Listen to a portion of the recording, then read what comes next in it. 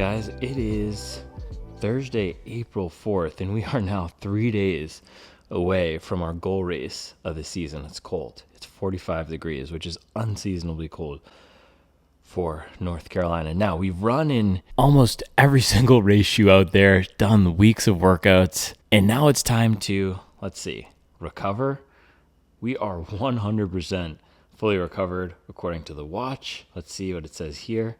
We're in the performance territory, which means we are ready to take on significant physical effort. So in this video today, I wanted to walk you through some of my preparation, how I prepare for a big race, but also some of those tips that you guys gave that we sourced from a few of the runners here who gave some suggestions on how we can stay calm, stay cool, stay collected during race week, during a time that for many of us is anxiety inducing and stressful.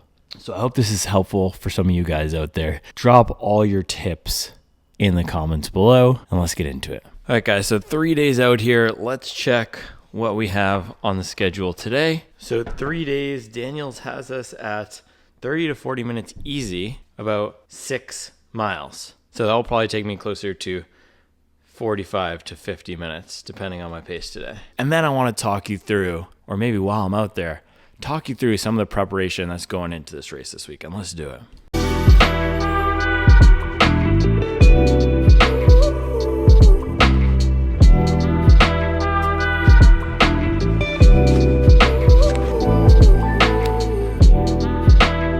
All right, guys, so plan for this morning, well, you can see we have the gloves. So the plan for this morning is to stay warm. It got unseasonably cold again in the 40s. I think it dropped down into the 30s last night. And I have the soft top on the Jeep, so it's going to be freezing if we drive around at all today. But plan for this run is to get about 6 miles, 50 minutes, just cruising around the neighborhood, not push the pace, just move the legs, remind the body what it feels like to have a nice little effort. But we want to stay in that aerobic zone. And the last week leading up into the race, last few weeks, are all about maintenance and recovery. Can't bank any additional fitness. And so I was going through a period of training where I was putting up 20-mile days 3 or 4 times a week. And so 6 miles should feel super short, but it's weird.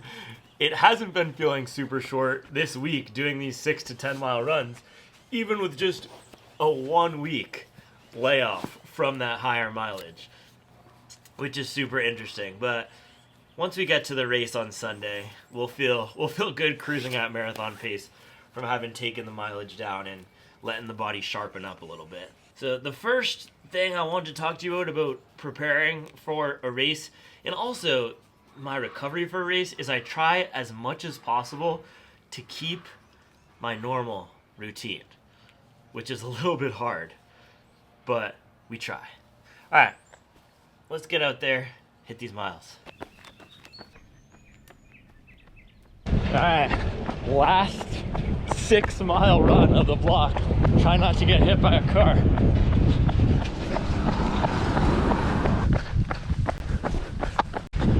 A lot of the times I think it's really easy for us to lose confidence at the end of a training block where we're not hammering workouts and mileage like normal. That's why I try to keep the same routine. But even this morning, I was hanging out inside for 90 minutes, scrolling on my phone.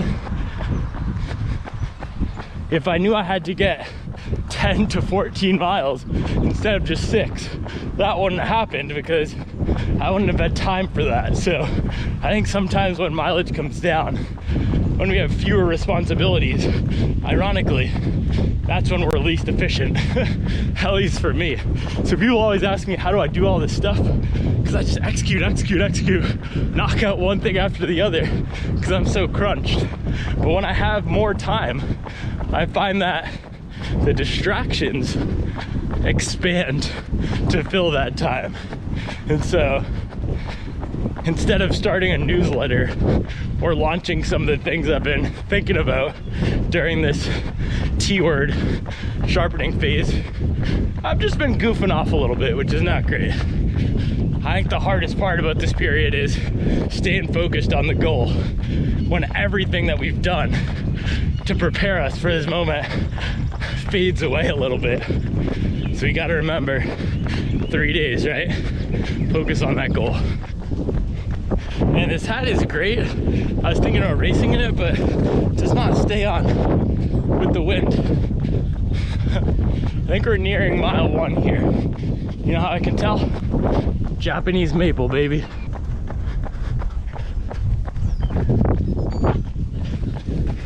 $7:37. We're almost at mile 2 now, and I was talking to Charlie last night. This is my least favorite week of the year. And I'm glad I only have to do this twice. Now and then fall marathon. If I do a half marathon, I'm not tapering like this. It is completely unenjoyable for me. I like hammering. I like staying in the grind. I like waking up at 5 a.m. putting pain in. I do not like holding back. I feel like, you guys know Space Jams? All right, here we go. 7:33, mile 2. You guys know Space Jams? Where the Monstars zap all the juice from the NBA player's body? That's how I feel. I feel the juice is all gone on this down week. It's the hardest thing for me. I think for a lot of us runners, it's the hardest thing. And I know you can say you trust the training, trust the system, trust the process. Do you know how hard that is to do in practice? No matter how experienced you are, you know how hard that is to do? And I remember hearing this Mike Bloomberg interview, former mayor of New York, founder of Bloomberg Media, billionaire. And he was talking to college kids who were preparing for interviews at Goldman and Morgan Stanley and all those investment banks that my friends went on to work at, while I decided to go a different path and have a kid the year after college. But he was saying, if you're not nervous, you're not doing it right. And that's the same thing for sports, same thing for anything where you want to do a good job. If you're not nervous for that job interview, you don't want it bad enough. If you're not nervous for that marathon, you must not want it bad enough. That's my mindset right now, okay? Embrace the nerves, embrace how we're feeling, and accept that if we want to get a peak performance, we gotta go to that pain cave. And I don't go to the pain cave during training. Not very often. But to maximize our fitness, sometimes it's a necessity.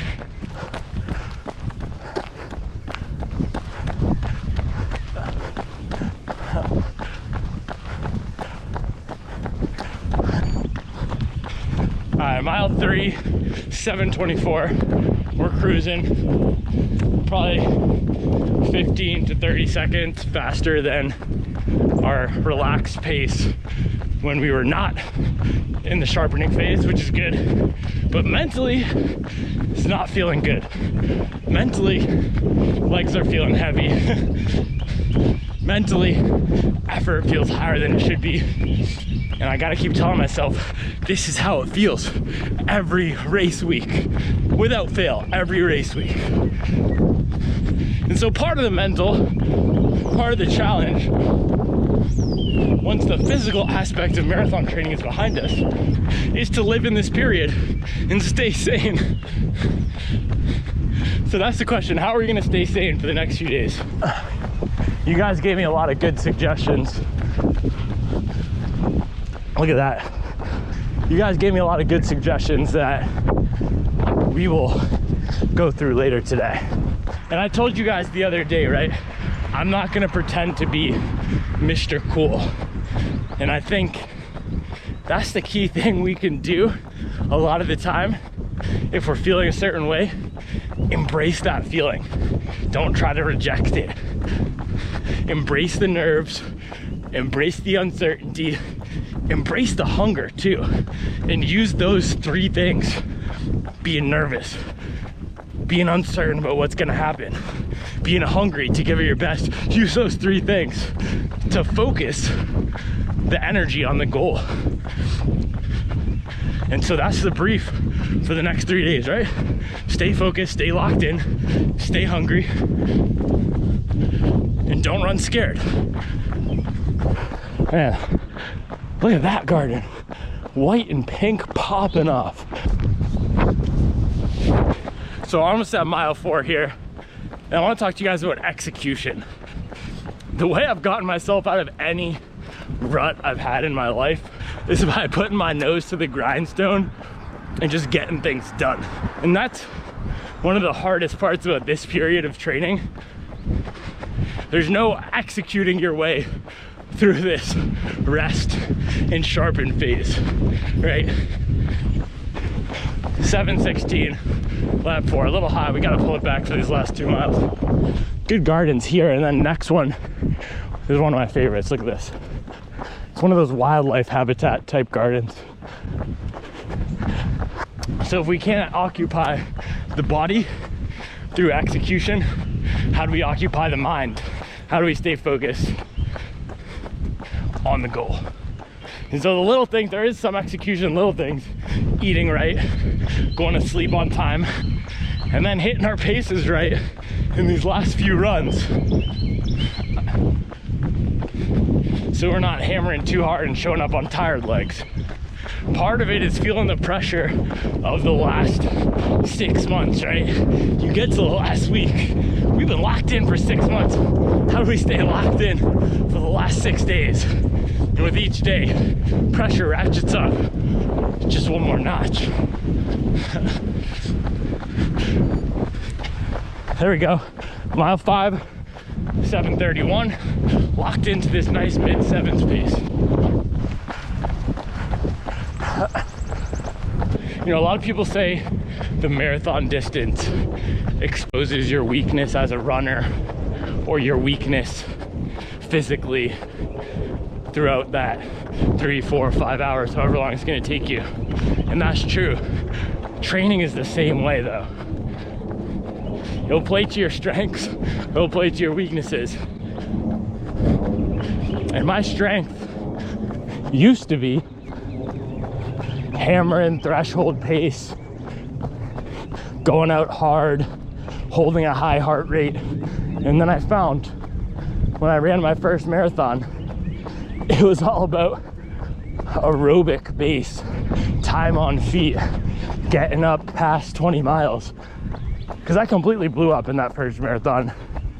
Got to mile 16, and even though I hit 20 miles, I think, one time. And that's an issue with a lot of the beginner marathon training plans. If you're only gonna get up past 2.5 hours once, you're probably gonna blow up. But I've changed, and now my strength as a runner is this aerobic fitness, time on feet. I can roll out of bed any day and hit a 2-hour run. And so not being able to do that this week is a little bit tough.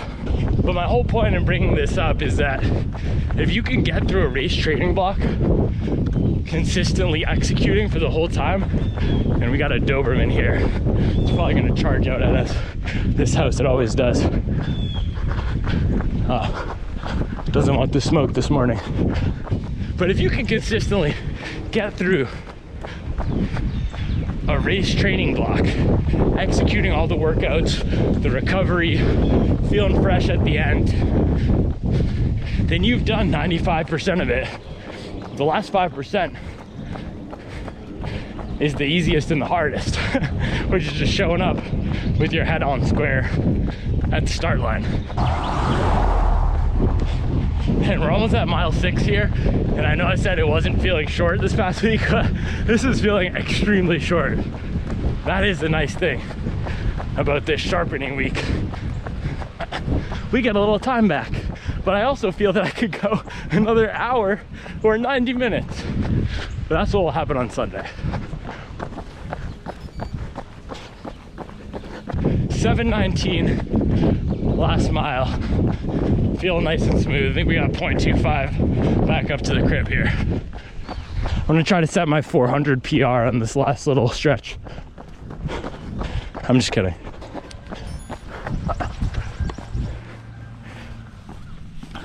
All right, guys, let's see what the average was. Boom.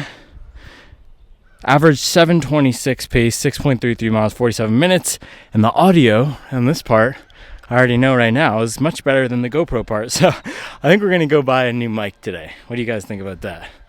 So one of the ideas that kept coming up that you guys all gave me when I asked about how do you stay prepared for a big race, one of the ideas that kept coming up was that this is the reward. This is a celebration, this period. I really like that idea, right? The hardest part is behind this. This is where we get to reap the benefits. But it's also a little bit hard to do that because we all put a lot of pressure on ourselves to hit the goal. And so that's what I want to talk a little bit more about. The two schools of thought about how to approach your race day mindset. But first, let's go in. I got to use the bathroom. All right, guys, it is 11:23. Talked to my mom for a little bit who called. So we're going to do some errands. I want to get that mic for the GoPro and maybe get a haircut. So we're going to hit the Jeep, and I'll talk to you in the Jeep about the two ways to approach race day mindset.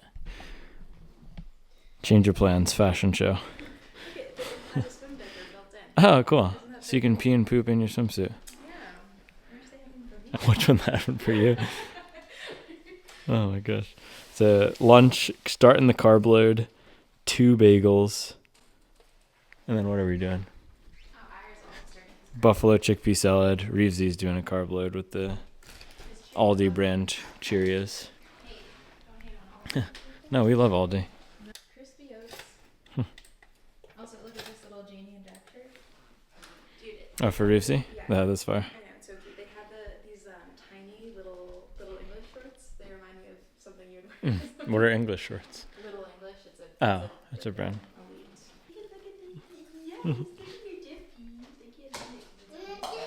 Baby model. More Cheerios, please. What are those? Pay for the feed on Patreon. Boom. Everything bagel with the chickpea. Buffalo chickpea salad. Absolute fire. And a brand new Nalgene that Charlie made me get because she said the last one smelled weird. Alright, just waiting for the final drip of the pour over. And then we can hit the road. Just kidding, I also need to finish my second bagel here, but we'll be quick. The best walking and casual shoes. Brooks Ghost Max. Alright, see you in a little bit. Love you too. It is pretty chilly out here. I actually have the gilet on. But over the weekend, we put the soft top on the Jeep. You can see the hard top sitting right there. So spring came, or summer came early, and then we were reminded that it was spring. So we are going to be probably a little bit cold with the soft top on the Jeep back there today, but we're just going to grind it out.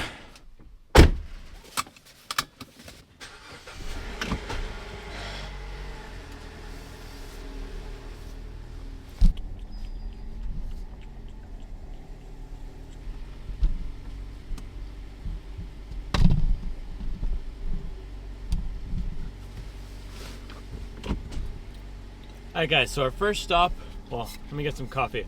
But our first stop is gonna be haircut. This is absolutely wild right now. I definitely don't think I would be invited to the cookout by my brothers and sisters because I have not gotten a lineup in about 4 or 5 months. So this is all gonna come off.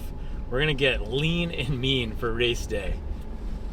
And then I wanna head over to Best Buy to pick up some stuff for the GoPro so we can improve our audio quality and also some of the other filming setup. But what I wanted to talk to you guys about, as we are not freezing but a little bit chilly out here in the open air in the Jeep today, is the 2 ways to approach race day mindset. And I think different approaches are going to work well for different people and for different athletes and for different cycles. Now, when I first started running, I was talking to you guys about this when we were doing the run around the neighborhood today. I thrived on going out and crushing fast mileage every day. And before I trained for my first marathon, I would run all my mileage at a 6 something pace. So from a 6 flat pace, if I was doing 2 miles, I would go and rip it at a 6:10 pace. If I were doing a longer run, which for me was 6 to 7 miles, I'd probably be running at a 6:40 to 6:50 pace. And then I got a coach, trained for my first marathon, and one of the things that coach wanted me to do was run all of my runs slower, which I think was a mistake in hindsight. And as I'm thinking about how I would craft a training plan for other athletes, if you're not running high mileage, I wouldn't suggest completely slowing down all of your runs. That could force you to take a step back. But running some slower mileage throughout the week is good, and that's what I do now. But the type of athlete I was, and the reason I'm bringing this up is because I would run fast, I would be listening to trap music on every run, and I would be thriving off high intensity energy, and not necessarily anger, but this feeling like I had something to prove on every single run. And as I've progressed through the running journey, and as I've become more of a high mileage runner, and like I was saying earlier, as I've become more of a high mileage runner, my strength and my whole approach has been more of consistent execution, having confidence in the process, knowing that I don't have to win everything on this run. We're going to have another 20-mile double day tomorrow. We're going to have 10, 20-mile long runs throughout the next few months that we can use to execute and build our fitness. So I don't need to be angry today and kick at a 5:50 pace at the end of the run if I'm not feeling it. And so I've adapted my approach and my mindset to be a little bit more relaxed, to take the long view. But when we're coming to race week, I think some of us get back, no matter where we are in our training, get back to that mindset of we got to win it all. We put everything into this race. And for me personally, I can go back to that earlier mindset I have. And so those two mindsets are, first, we're going to thrive off anger, proving people wrong, getting the best out of this race performance because we deserved it, we earned it, we worked hard for it. Or the second, take a little bit more of a relaxed view and trust the process. Understand that this is just one step, it's one brick in the path to becoming that runner that will eventually become. And so I'm trying to take a little bit of a balanced approach. On one hand, I want to get a great performance here, and I have worked hard to string together a ton of high mileage weeks and quality workouts, but I also understand it's not my ultimate goal to run whatever this time would be. And I don't know what my maximum PR at the moment would be for my fitness, but my fitness is probably 240s something range right now. This is not my end stage of running development. I can get faster than this through work. And so if I run a 305 and completely blow up and walked to the end, I still banked the fitness and I still improved my VDOT. If we think about the Jack Daniels system, I still became a better runner through this training block. And so I think that's one of the things that's important to remember in these race weeks. Races aren't everything, and if the goal is to improve our fitness, to become better runners, to improve our overall health and our general life experience through this awesome sport of running, then we've already succeeded by the time that we show up to the start line. And that's one of the things that a lot of you guys were hammering home in your comments to me when I asked, how do you stay sane during race week? Remember that this is not the end all be all, the race. You worked to improve your fitness, which you've already done. And at this stage, you got to take that victory lap. And that's what I was talking about when we were doing the untying shoes earlier.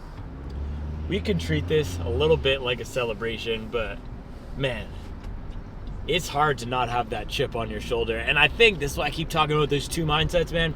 I do think having a little bit of that chip on your shoulder, that can be the extra motivation sometimes to kick a little bit harder, dig a little bit deeper, give a little bit more when it gets tough. It can't be everything, but that can sometimes give that 1 to 2%. But for me, when I've found I've had my best performances, I'm relaxed, at the start line. I understand the first mile, the second mile, the third mile and a half marathon, those aren't going to make or break the race. In a marathon, first 5, 10, 15 miles aren't going to make or break the race. Got to give yourself time to settle into it and let the pace come to me. And so it's to balance those things, right? Understand that we put the work in, we want to do well, we have that chip on our shoulder, we want to prove that we worked for this time to maximize our fitness, but also, no matter what happens, we're still winning because we're cruising around on a beautiful day, on race day like we are today, but we're cruising around on a beautiful day, got to the start line healthy, which my guy Calvin Dorsey, that was what he commented. Not everyone gets to get to the start line healthy. And so it's a privilege, man. Every day that we get to run, every day that we get to enjoy the beauty in the outdoors. This is the reason I'm a Jeep owner. I love throwing the top off and cruising around, being outside. I like to be outside as much as possible. I think you guys can relate to that because I show the outdoors a lot in these videos. And so we're winning no matter what. The race is just one little piece of the overall puzzle that we're building here, making us better runners.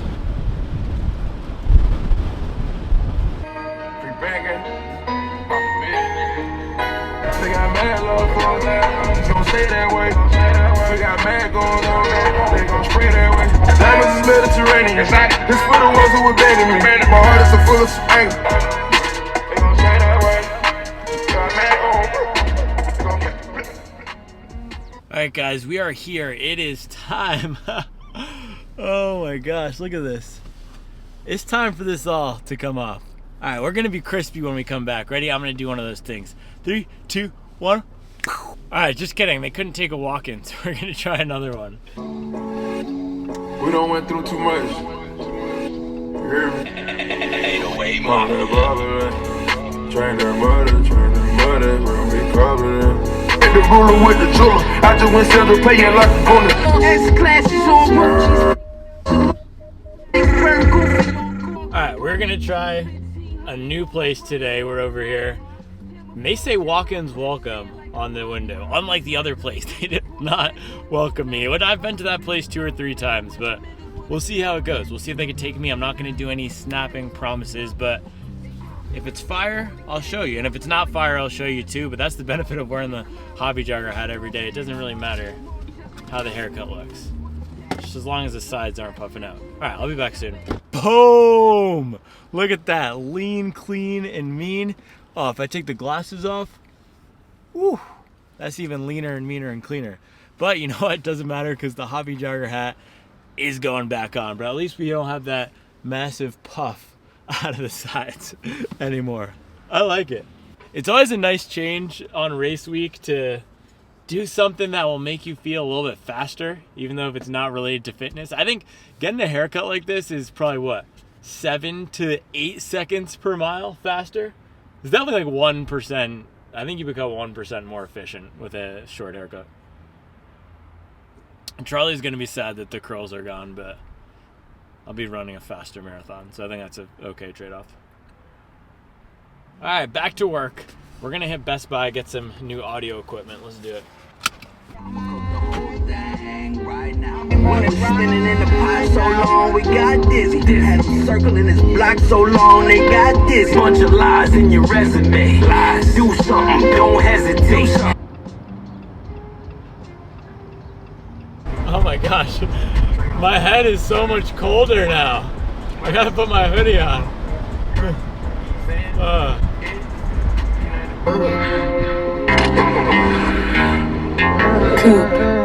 I get a lot of advance. Okay, we got a problem. Yeah. All of this money I drop on their head, that money gon' solve the problem. Yeah. EA's on shit. I just been feeling like it's all clicking, you know. Like it's all working out. The universe been throwing me all the signs except stop it. Just Lord, why you keep boxing me in? Cause I'm God's gift. I might set my mic back up in the closet though, just to give myself that same feeling from 04 when my hunger was more. Advice to you and yours. They say it's over for you, that's when you go overboard. Okay? Alright, we just pulled up to Best Buy. I'm gonna see what type of a new audio situation I can figure out for this GoPro so that for the run tomorrow and the next day, and whatever we end up doing with this after the race, we got a better audio setup. So let's do it. All right, guys, so unfortunately, no luck on the audio setup. It turns out the Hero 8 here, it doesn't have the audio jack that I need stock, so I gotta get the Media Mod, which should have that better mic. So I gotta search online to find the Hero 8 Black Media Mod, and then we're gonna have way better audio for after this race when we do more of these GoPro running reviews and talks. But for the rest of this video, I'm gonna drive home, and then when we get home, I wanna go through all of your best tips on how to mentally prepare for a race, and we'll close it out back in the office. I will see you guys there. They say Drake, you getting harder, funny is getting easier. Rappers are slick comedians, and they get disobedient.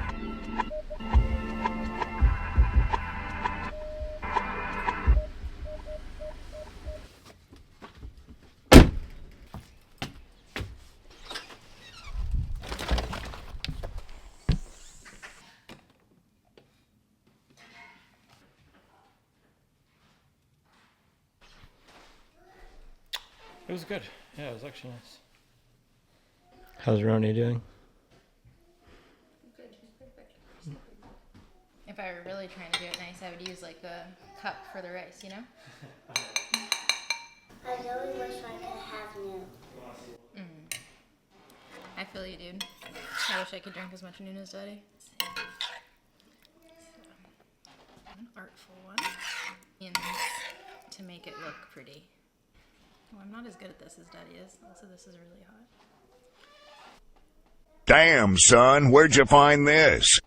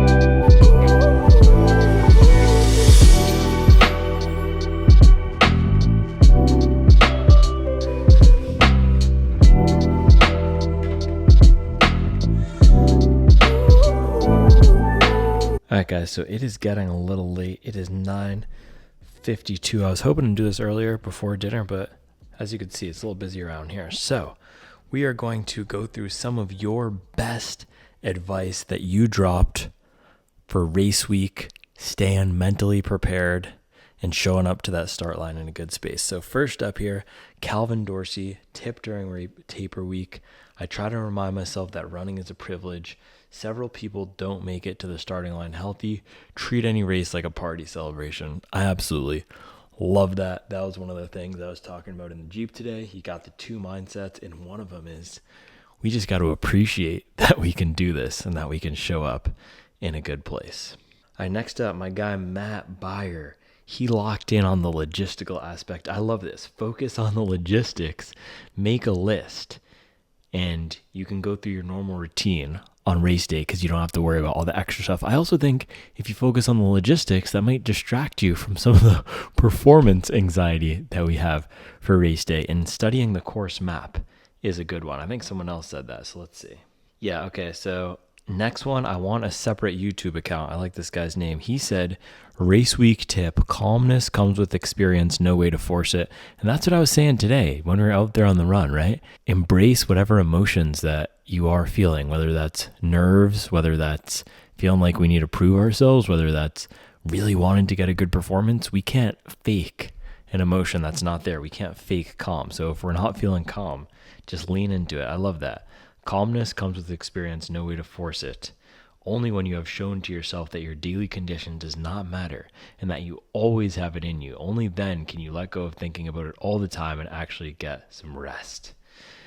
And you know what? I don't know if I'm there yet. I am still thinking about it a lot, but I think it goes back to that, how bad do you want it? If you want it bad, you're going to be thinking about it no matter what. So I like what he says though. Then you realize what it means to believe in and rely on your training. The race begun a long time ago and it's almost over. Race day is just the victory lap. So it's similar to what our friend Calvin said.